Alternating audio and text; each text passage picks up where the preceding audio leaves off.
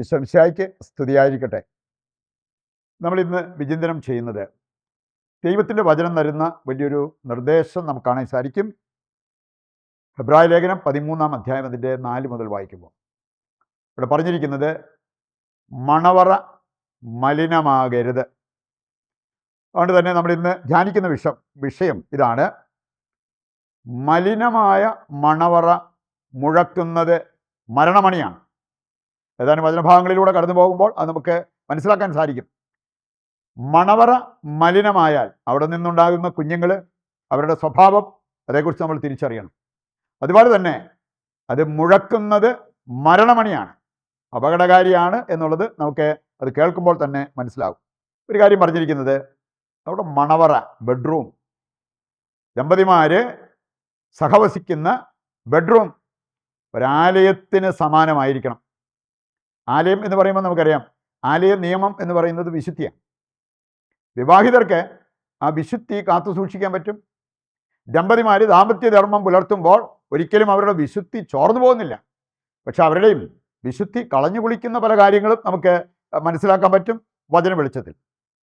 മണവറ സഭയ്ക്ക് തുല്യമായിട്ട് വിശുദ്ധമായിരിക്കണം എന്നുള്ളത് സഭ നമുക്ക് നൽകുന്ന, ദൈവവചനം നമുക്ക് നൽകുന്ന ഒരാശയമാണ്. അതുകൊണ്ടാണ് തോബിത്തിൻ്റെ പുസ്തകം 8-ാം അധ്യായം 7-ാമത്തെ വചനം എടുക്കുമ്പോൾ അവിടെ ഒരു ദമ്പതിമാരെ കാണാൻ പറ്റും. അവർ ഒന്നിച്ച് സഹവസിക്കുന്നതിന് മുമ്പ് അവർ ചെയ്തൊരു കാര്യം, ഇരുന്ന് പ്രാർത്ഥിച്ചു, ദൈവത്തോട് പ്രാർത്ഥിച്ചു, ദൈവത്തെ കൂടെ നിർത്തി. വളരെ അപകടകാരിയായ ഒരു സാഹചര്യം അവർ മുന്നിൽ കണ്ടെങ്കിലും അതിനെല്ലാം ദൈവം മറികടക്കാൻ സഹായിക്കും എന്ന ബോധ്യത്തോടെ അവർ പ്രാർത്ഥിച്ചു. തോബിത്ത് പറഞ്ഞൊരു കാര്യമുണ്ട്: കർത്താവേ, ഞാനിവളെ സ്വീകരിക്കുന്നത് ജഡികാഭിലാഷത്താലല്ല, പരിശുദ്ധമായ പ്രേമത്താൽ. ആണെങ്കിൽ ആ മണവറ മലിനമാകത്തില്ല. ആണെങ്കിൽ ആ മണവറയിൽ നിന്നുണ്ടാകുന്ന കുഞ്ഞുങ്ങൾ അവർ വിശുദ്ധരായിരിക്കും. ആ കുടുംബത്തിന് വിശുദ്ധി കാത്തു സൂക്ഷിക്കാൻ പറ്റും. പക്ഷേ ഈ പ്രാർത്ഥനയില്ലാതെ ജഡികതയിൽ ദാമ്പത്യ ജീവിതം നയിക്കുന്നവരാണെങ്കിൽ തീർച്ചയായിട്ടും ആ മണവറ മലിനമാകാനുള്ള സാധ്യതയുണ്ട്. ആദ്യമേ തന്നെ നമുക്ക് 2 ടൈപ്പ് മണവറയെക്കുറിച്ച് ചിന്തിക്കാൻ പറ്റും. ഒന്ന്, ദൈവത്തെ മഹത്വപ്പെടുത്തുന്ന മണവറ. രണ്ടാമത്തേത്, ജഡിക താല്പര്യങ്ങളെ തൃപ്തിപ്പെടുത്തുന്ന മണവറ. ഇതിലേതാണ് നമ്മുടെ മണവറ എന്നുള്ളത് നമ്മൾ തിരിച്ചറിയണം. തിരുത്തേണ്ടതായിട്ടുള്ള കാര്യങ്ങൾ തിരുത്തണം. അതല്ല എങ്കിൽ നമ്മൾ ജന്മം കൊടുക്കുന്നത് വിശുദ്ധമായ ഒരു തലമുറയ്ക്ക് ആയിരിക്കണമെന്നില്ല, ശാപം പേറുന്ന ഒരു തലമുറയ്ക്കായിരിക്കും. അത് പരിതാപകരമാണ്, അപകടകരമാണ് എന്നുള്ളത് നാം തിരിച്ചറിയേണ്ട ഒരു കാര്യമാണ്. പ്രഭാഷകൻ 47-ന്റെ 8-ാമത്തെ വചനം വായിച്ചാൽ അവിടെ നമ്മൾ കാണുന്നത് കൊട്ടാരത്തിൽ പ്രാർത്ഥിച്ച് ദൈവത്തെ മഹത്വപ്പെടുത്തുന്ന ഒരു രാജാവിനെ കാണാൻ പറ്റും, ദാവീദ്. എന്തായിരുന്നു അതിൻ്റെ റിസൾട്ട്? ആ കൊട്ടാരം മുഖരിതമായി, ദൈവസാന്നിധ്യം അവിടെ നിറഞ്ഞു. അവർ പ്രാർത്ഥനയിലൂടെ ദൈവത്തെ മഹത്വപ്പെടുത്തിയപ്പോൾ. 2 ദിനവൃത്താന്തം 5-ാം അധ്യായം 13-14 വചനങ്ങൾ എടുക്കുമ്പോൾ അവിടെ നമുക്ക് കാണാൻ സാധിക്കും, ആലയത്തിൽ രാജാവ് ദൈവത്തെ മഹത്വപ്പെടുത്തുന്ന ആ ഒരു രംഗം. ആലയത്തിൽ ഒന്ന് നമ്മൾ കണ്ടു, കൊട്ടാരത്തിൽ. ഇവിടെ ആലയത്തിൽ ദൈവത്തെ മഹത്വപ്പെടുത്തുന്ന ആ ഒരു രംഗം. എന്താണ് അവിടെ വന്നത്? തേജസ്, ദൈവത്തിൻ്റെ തേജസ് അവിടെ ഇറങ്ങി വസിച്ചു. ശുശ്രൂഷകർക്ക് അവിടെ നിന്ന് ശുശ്രൂഷ ചെയ്യാൻ, പുരോഹിതർക്ക് അവിടെ നിന്ന് ശുശ്രൂഷ ചെയ്യാൻ പോലും പറ്റാത്ത വിധം ദൈവ തേജസ് അവിടെ ഇറങ്ങി വന്നു എന്നാണ് ഈ വചനഭാഗത്ത് നമ്മൾ വായിക്കുക. ഒന്നാമത്തേത് നമ്മൾ കണ്ടു, ദമ്പതിമാർ ചെയ്യേണ്ട ഒരു കാര്യം ബെഡ്റൂമിൽ ദൈവത്തെ മഹത്വപ്പെടുത്തുക. ഇവിടെ നമ്മൾ കാണുകയാണ് തോബിത്തിൻ്റെ പുസ്തകം 8-ാം അധ്യായത്തിൻ്റെ 7-ാമത്തെ വചനത്തിൽ അവിടെ ദൈവമഹത്വം ഇറങ്ങി വസിക്കുന്നത് നമുക്ക് കാണാൻ പറ്റും. ദൈവിക സംരക്ഷണം ഇറങ്ങി വരുന്നത് അവർ കാണുകയും ചെയ്തു ദൈവത്തെ മഹത്വപ്പെടുത്തിയപ്പോൾ. 2-ാമത്തെ ടൈപ്പ് മണവറയാണ് ജഡമോഹങ്ങളെ തൃപ്തിപ്പെടുത്തുന്ന മണവറ. ഇന്ന് ചിലർക്ക് സാധാരണ രീതിയിലുള്ള നോർമലായിട്ടുള്ള ദാമ്പത്യ ബന്ധം, അങ്ങനെയുള്ള കാര്യങ്ങൾ ഇഷ്ടമില്ല. അതിനകത്ത് ഒരുപാട് വേണമെങ്കിൽ അബറേഷൻസ്, വൈകൃതങ്ങൾ വന്നിരിക്കുന്നത് നമുക്ക് കാണാൻ പറ്റും. അതെല്ലാം ശരിക്കും ജഡമോഹത്തെ തൃപ്തിപ്പെടുത്താൻ വേണ്ടിയുള്ള പരിശ്രമത്തിൻ്റെ ഭാഗമല്ലേ? ദൈവവചനത്തിൽ നമ്മൾ കാണുന്നുണ്ട്, ഗലാത്യർ 5-ാം അധ്യായം 16-ാമത്തെ വചനം എടുക്കുമ്പോൾ അവിടെ പറഞ്ഞിരിക്കുന്ന ഒരു കാര്യം, ജഡമോഹത്തെ ഒരിക്കലും തൃപ്തിപ്പെടുത്തരുത്. അപ്പോൾ പിന്നെ സദാ അതിനെ തൃപ്തിപ്പെടുത്തുവാൻ ദൈവത്തിൻ്റെ ദൈവത്തെ മഹത്വപ്പെടുത്തുന്ന കാര്യം മറക്കുന്നത് ശരിയാണോ? നമുക്കൊന്ന് ചിന്തിച്ചാൽ മനസ്സിലാക്കാവുന്ന കാര്യമാണ്. ജഡമോഹത്തെ ഒരിക്കലും തൃപ്തിപ്പെടുത്തരുത്. നമ്മുടെ മണവറ ജഡമോഹം തൃപ്തിപ്പെടുത്താൻ വേണ്ടിയുള്ളതല്ല, ദൈവത്തെ മഹത്വപ്പെടുത്താൻ വേണ്ടി ഉള്ളതാകണം. രണ്ടാമതായിട്ട് നമ്മൾ ചിന്തിക്കുന്നത്, മണവറ വിശുദ്ധമെങ്കിൽ ആ മണവറയിൽ നിന്ന് നമുക്ക് ലഭിക്കുന്ന കുഞ്ഞുങ്ങൾ തിരുവോസ്തിക്ക് സമാനമായിരിക്കും. നമുക്കറിയാമല്ലോ, ആലയത്തിൽ നമുക്ക് കിട്ടുന്നത്, ഒരു ബലി അർപ്പിക്കപ്പെടുമ്പോൾ അവിടെ ആ അൾത്താരയിൽ നിന്ന് നമുക്ക് ലഭിക്കുന്നത് തിരുവോസ്തി. ഈ മണവറയെ വിശുദ്ധമായി കാത്തു സൂക്ഷിച്ചാൽ അവിടെ നിന്ന് ജനിക്കുന്ന മക്കളുടെ ഒരു അവസ്ഥയാണ് ഇവിടെ പറഞ്ഞിരിക്കുന്നത്. തിരുവോസ്തി പോലെ അവർ പരിശുദ്ധരായിരിക്കും.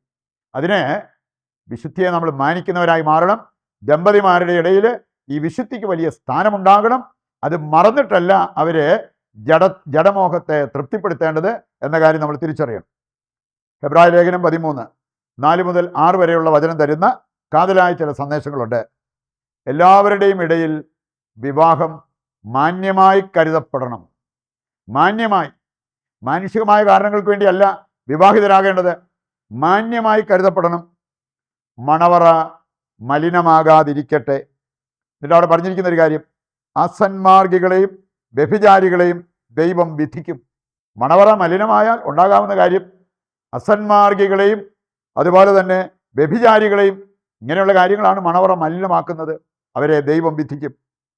സംഖ്യ 25:1 മുതൽ വായിക്കുമ്പോൾ അവിടെ നമുക്ക് കാണാൻ സാധിക്കും, ഒരു മിദിയാൻകാരിയെ കൂട്ടി യഹൂദൻ കൂടാരത്തിലേക്ക് കയറിപ്പോകുന്നത് കണ്ടിട്ട് ഫിനഹാസ് എന്ന് അവരുടെ ഉദരം കുത്തിപ്പിളർക്കുന്നത്. കാരണം അതൊരു അവിഹിത ബന്ധത്തിലേക്കാണ് അവർ പോയത്. അത് മനസ്സിലാക്കിയിട്ടാണ് അങ്ങനെ ഒരു ശിക്ഷ കൊടുത്തത് എന്ന് നമുക്ക് കാണാൻ പറ്റും. മണവറ മലിനമാകുന്ന ചില കാര്യങ്ങൾ മനസ്സിലാക്കിയിരിക്കുന്നത് നല്ലതാണ്. റോമ 8:13, ജഡികരായി ജീവിക്കുന്നെങ്കിൽ നിങ്ങൾ തീർച്ചയായും മരിക്കും. അങ്ങനെയുള്ള മണവറ മരണത്തിലേക്കാണ് അത് മുഴക്കുന്നത്, മരണമണിയാണ് എന്നുള്ളത് നാം തിരിച്ചറിയണം.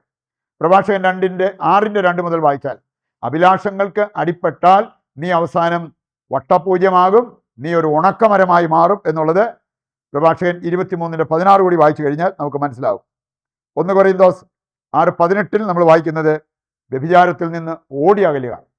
സുഭാഷിതങ്ങൾ 6:32 ആണെങ്കിൽ അവിടെ പറഞ്ഞിട്ടുണ്ട്, വ്യഭിചാരം ചെയ്യുന്നവർക്ക് സുബോധമില്ല. സുബോധമുള്ളവർ അങ്ങനെ ഒരു കാര്യത്തിലേക്ക് പോകത്തില്ല. സുഭാഷിതങ്ങൾ 5:15 മുതൽ വായിക്കുമ്പോൾ, നിന്റെ ഭാര്യ നിനക്ക് വേണ്ടിയുള്ളതാണ്, അന്യർക്ക് വേണ്ടിയുള്ളതല്ല.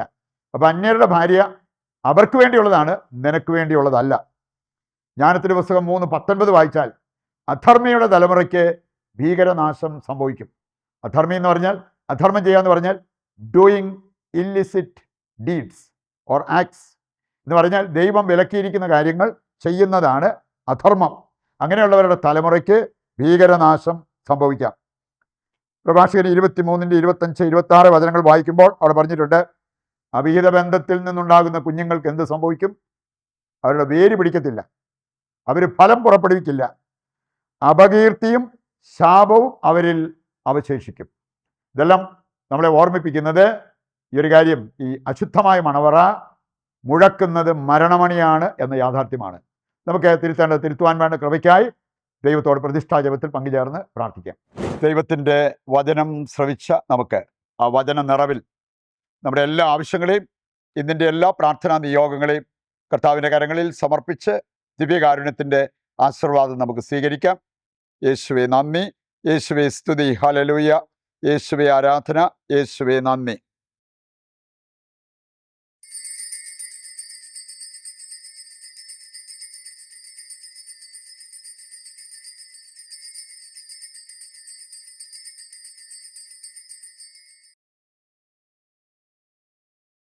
പരിശുദ്ധ പരമ ദിവ്യകാരുണ്യത്തിന് എന്നേരവും ആരാധനയും സ്തുതിയും പുകഴ്ചയും ഉണ്ടായിരിക്കട്ടെ. നാളെ മറ്റൊരു എപ്പിസോഡുമായി വീണ്ടും നമുക്ക് ഒന്നിക്കാം.